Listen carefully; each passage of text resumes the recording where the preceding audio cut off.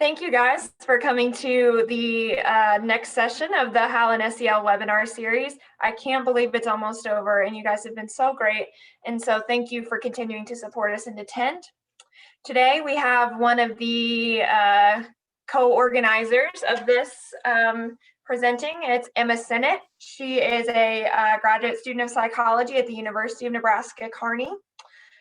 She got her undergraduate in psychology as well, school psychology as well. At this time, she's working at Lexington Public Schools to complete her practicum.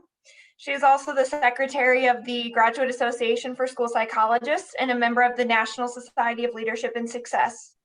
And another really exciting thing is that Emma has an article getting ready to come out, published in December, called Building a Vision for STEM Instruction, Preparing Early Childhood Teacher Candidates, and that's going to be in the National Association of Professional Development Schools. So we're really excited about that, and we're really excited to hear what Emma has to say today, so I'm going to turn it over. Hi, I'm super excited to be presenting and sharing with you all today. This school psychology is honestly a passion of mine, so I could talk about it forever, but I won't. So yeah, thank you for that wonderful introduction. I did want to just introduce myself a little bit as well. She covered almost all of it. I graduated with my undergraduate degree in psychology from Lincoln, and I'm currently in the middle of getting my educational specialist degree in school psychology here at UNK. I am also a teacher education graduate assistant on campus. And like she said, I'm doing my practicum experience with Lexington Public Schools, and that has been amazing. I have learned so much and I can't wait to keep learning. I am the secretary of our graduate association, and I'm a member of our National Association of School Psychologists, the Nebraska School Psychologists Association, and the International School Psychologists Association. She did mention that article. I am a co-author on there. I worked with Paula Thompson and Jane Strawhecker at UNK. So I'm super excited for that to come out and get to see it. It's the first time I've had my name published on anything, so really excited for that. I did have some research experience in some of my courses. We performed a research activity on physical activity in relation to academic success, and unfortunately there was no statistically significant results with that, but it was still some good information. And I'm working with Jude Sapero to look at gifted education and school counselor professional development. And then I formatted this presentation so that I can talk to you guys about the role of the what school psychology is, the role that the school psychologist has, and then I will connect it with high ability learning and twice exceptional students a little bit further in the presentation. So I just wanted to get a good foundation. School psychology is the study of children and youth as it relates to the educational environment, with an emphasis on promoting healthy, safe, supportive learning environments for all students, not just special education students.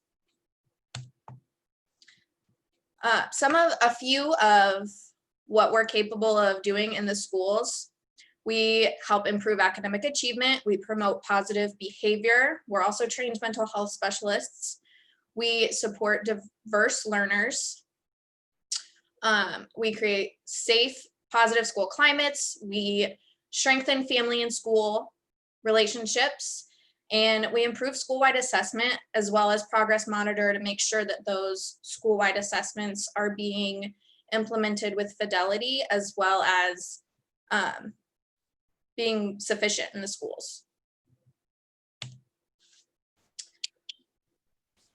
Traditionally, the school psychologist will work in K through 12 public schools. You might also see them being contracted in private schools or preschools. They could work in administration offices, in universities, mental health centers, private practice. And it also can depend on whether or not the school psychologist has obtained their PhD as well, which would be a little bit further than ed specialist. So multi-tiered systems of support.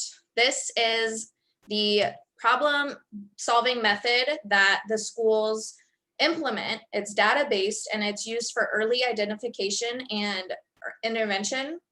So a lot of the times you'll see this pyramid.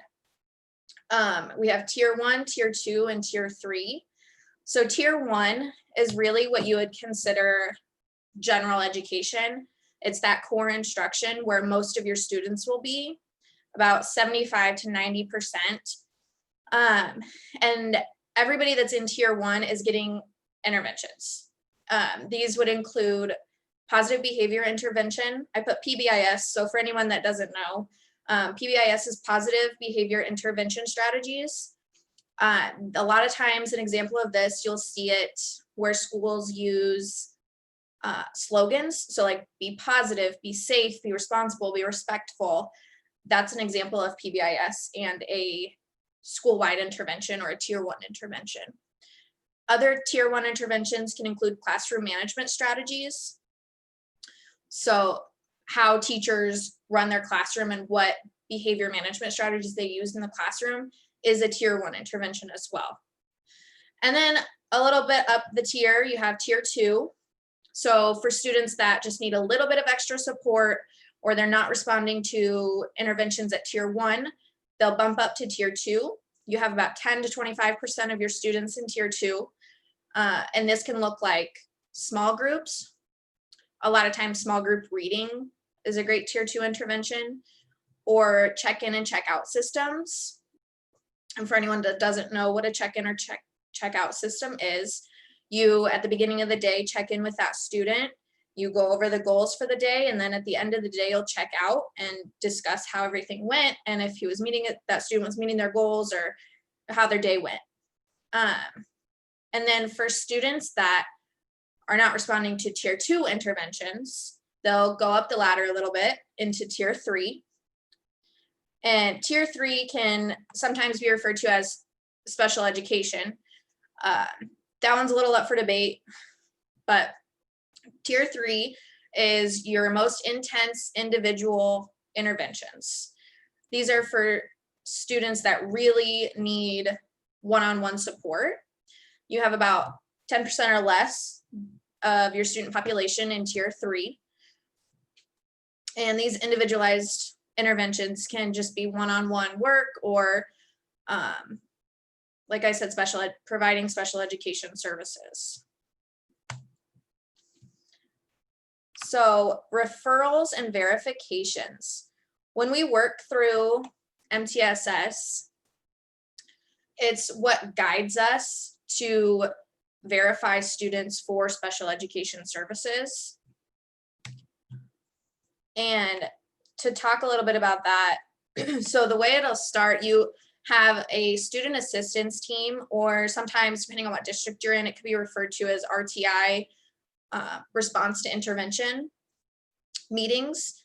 And in these meetings, so the principal, the school psychologist, the school counselor, the teacher, and any other relevant party will come together to address all students in a class or grade level to determine if there may be a need for an evaluation or more intense supports for that student to move up the tier. So typically what these look like is these administration members get together with that general education student or with that general education teacher, and then they go through the list of their students and determine, yeah, this student is fine, they're making progress, or no, this student is not making progress. We need to take a deeper look and see if they need specialized supports. Following the SAP meeting or the RTI meeting, the school psychologist, if it's determined that that student needs an evaluation, they have 45 days to complete that initial evaluation. And I will discuss what that looks like as well. If it's determined, and then following that initial evaluation, there will be a multidisciplinary team meeting, an MDT meeting. And the multidisciplinary team is members that have worked with or are working with the student in question, who come together to determine if there is a need for special education services or how they can best support that student with how they learn, and what supports would be beneficial for them.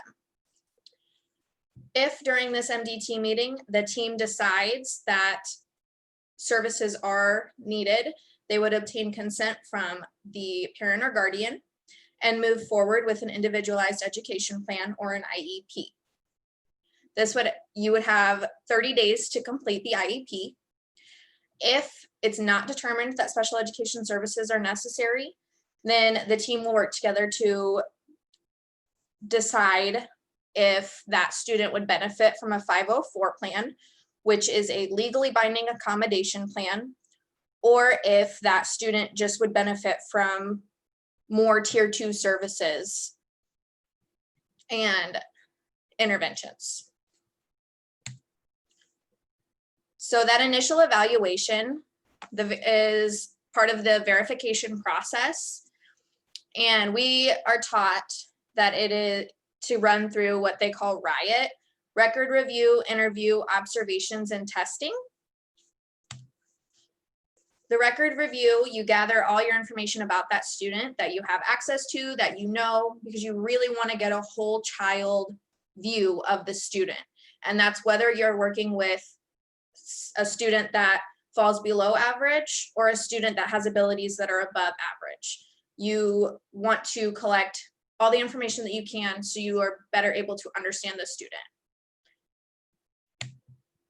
Interviews. You'll go through a process of interviewing the student themselves, the parents, the teachers, any administrators or counselors, anyone that works with the student that you believe you could get beneficial information from to help you understand that student better. Observations. Your observations are going to look at how the student is performing in the classroom. A lot of the time you can do time on task is a pretty common one where you look at how the student is performing in relation to their peers and how on task they are versus how off task they are. There's narrative observations, which is just kind of talking or writing out what you saw the student doing in the class. ABC observations are antecedent behavior and consequence observations. These ones will tell you when you have a behavior happening in a classroom. These are really helpful to determine what's happening prior to that behavior and what's happening after in order to determine why those behaviors are happening. And those are probably the 3 most common observations in my experience that I've seen used in the schools. And then of course there's the testing. So once you get through your record review, your interviews and your observations, you can do your testing on the student. So you'll use your standardized academic assessments such as the Woodcock-Johnson or the Wyatt, the Weschler academic test. Your standardized intellectual ability assessments such as the WISC, which is probably the most common, or the WNV. And then you can send home rating scales, behavior rating scales, and adaptive rating scales. Adaptive rating scales are going to look at that child's ability to function independently.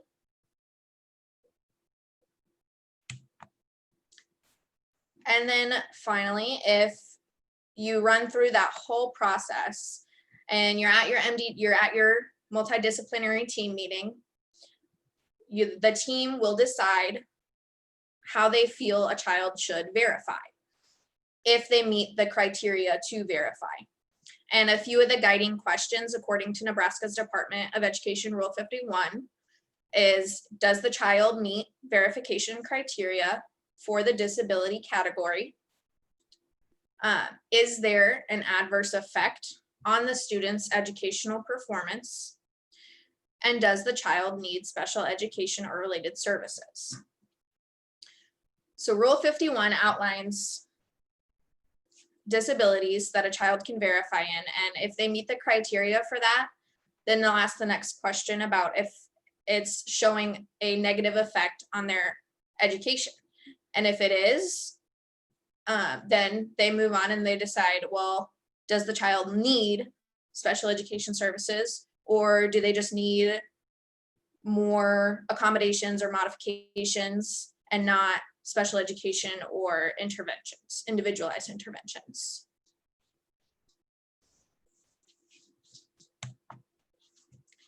So to get to high ability learning, as a school psychologist, we're taught a lot about students who show abilities that are below average, or students that aren't really meeting goals or making progress. And there are also students who are high ability learners that are going to show abilities well above average in academics or intellectually or creative or artistically. And it's important to note that those two categories are not mutually exclusive. A student can be a high ability learner and also need special education services. And we refer to those students as twice exceptional. So that's just really important to remember, because as school psychologists, I think a lot of the times our focus is how we can help the students that are falling behind to catch them up and help them be their best selves. But for high ability learners, that's also important, because if a student is showing that they have an ability that's way up here, but we're only asking them to perform here, then eventually you'll see, you could see behavior problems or boredom or certain affective problems, social skills. They might not have certain social skills, or they'll regress, and then you'll start to see their academic scores fall because they're not being challenged enough. And according to Nebraska's Department of Education Rule 3, a high ability learner is a student who performs with super high ability in either intellectually, creatively, or certain academic fields, and they require accelerated or differentiated curriculum to enhance and promote those capabilities.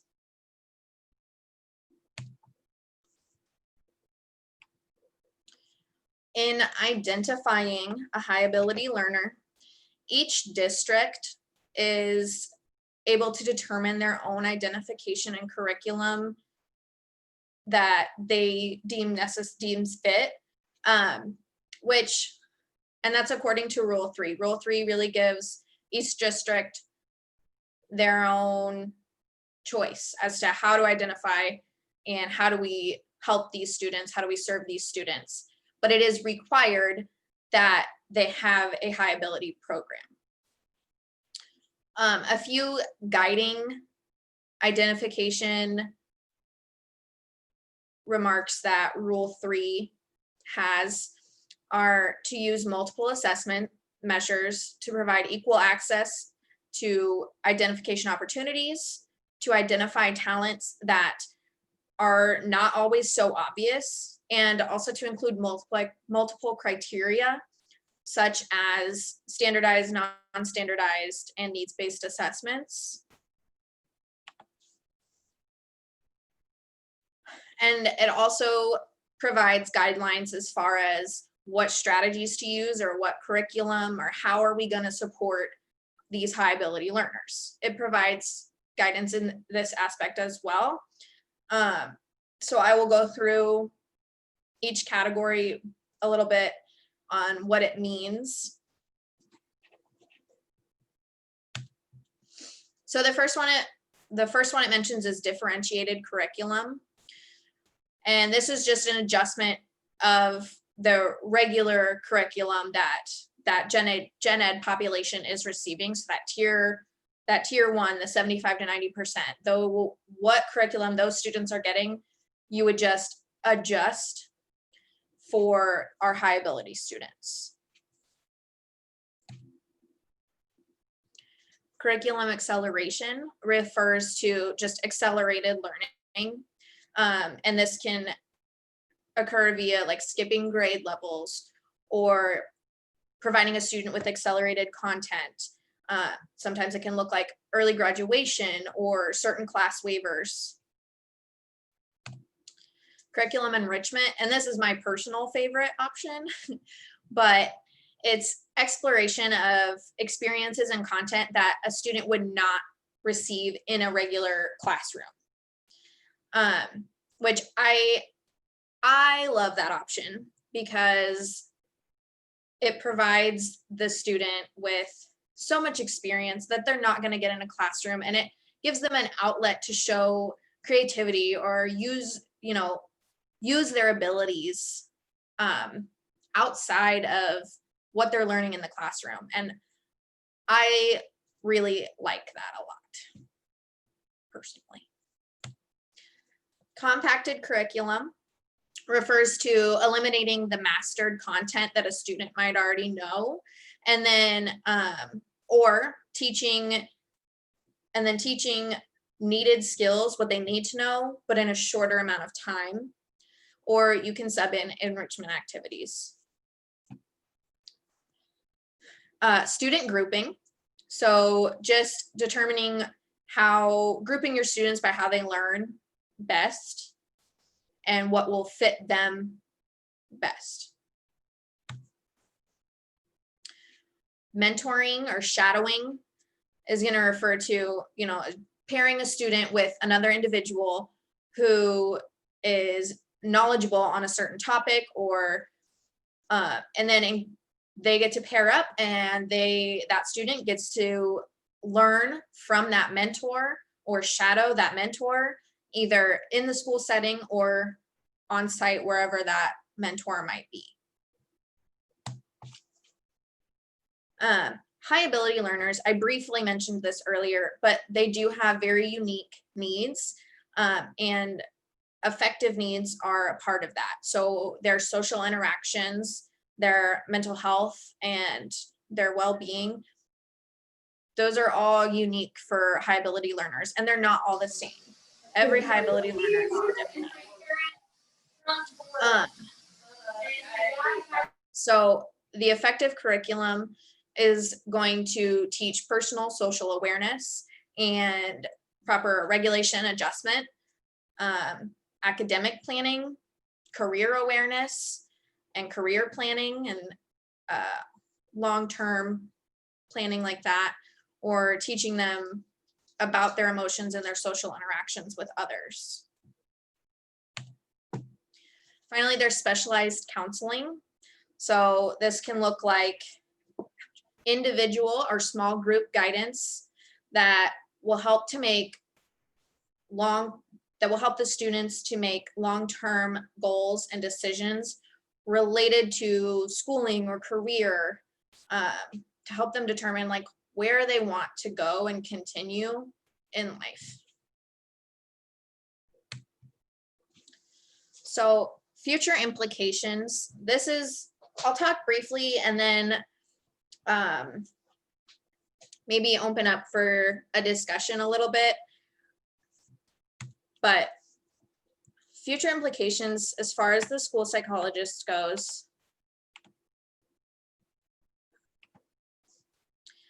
So I would really like to see high ability learning become more one with special education. And I was speaking with Jude earlier about this, and she said in Florida, special education is actually referred to as exceptional education or exceptional learners, which I love. I love that. And I think that's part of moving away from that traditional special education definition and our role as a school psychologist within special education, because there is such a negative connotation behind that people associate with special education.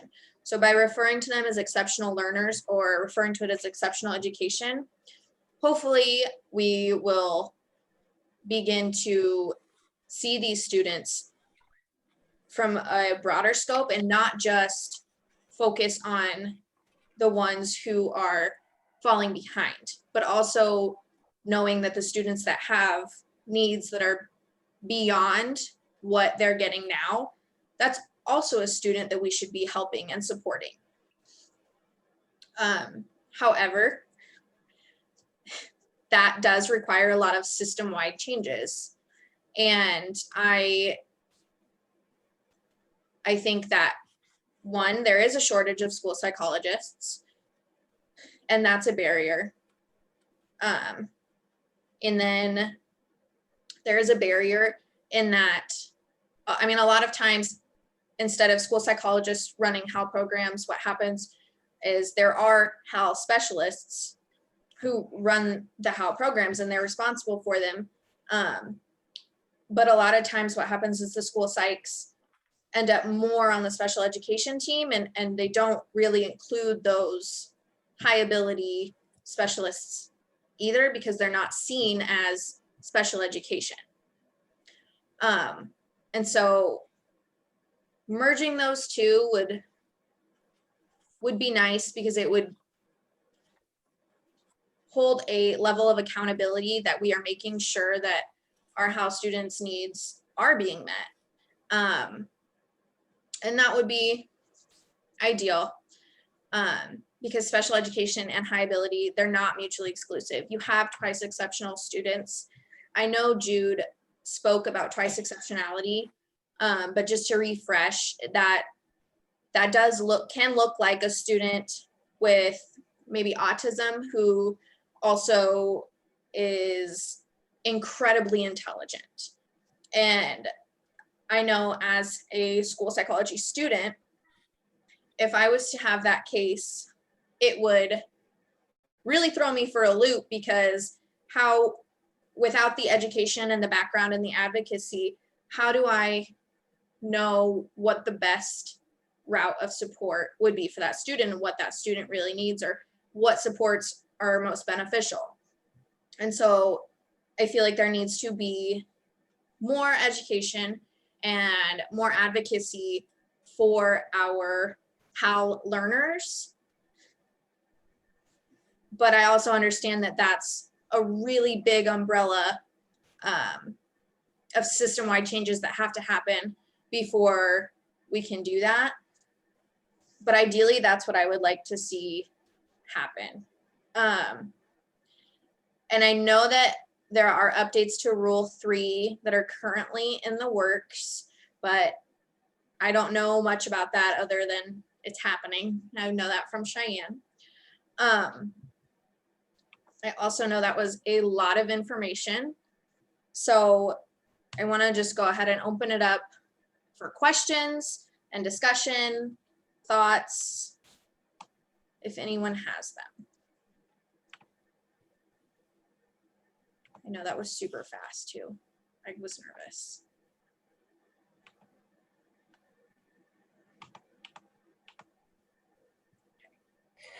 I have a question, Emma. Just for reference, how many classes have you taken as a school psychologist that involve learning about high ability learners? None. I have taken none. And I don't think that that's uncommon. So in the research that I've done with Jude about school counselors, so not school psychologists, but school counselors, there was very minimal as well of a focus on high ability learning. They did have elective courses, and there were some colleges that did require like a very small percentage specifically about high ability learners. But overall, the theme is that school counselors really feel unprepared to make decisions about these students because they don't feel like they've been taught well enough, or they don't feel knowledgeable enough. And I can say, I know I did ask my professors one time about, what do you do with a student who is gifted? And that's such a subjective term that without any standardized guidelines, I don't know that they really know how to teach us about gifted education.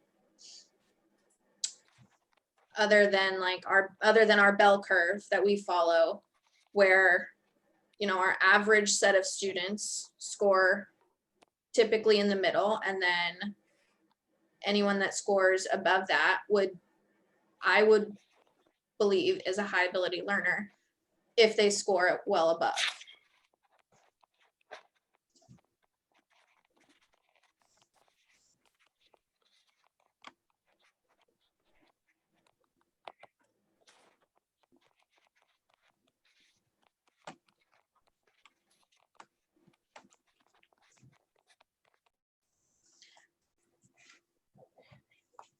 Anybody have any questions for Emma or comments, anything that about what she had to present to us?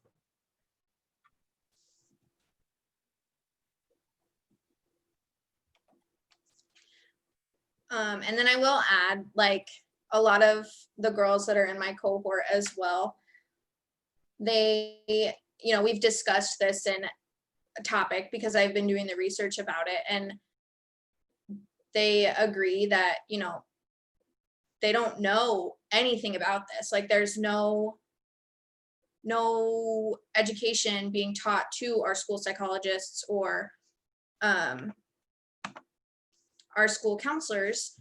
And how can you feel adequately prepared to work with that population of students if you haven't had the education to feel prepared?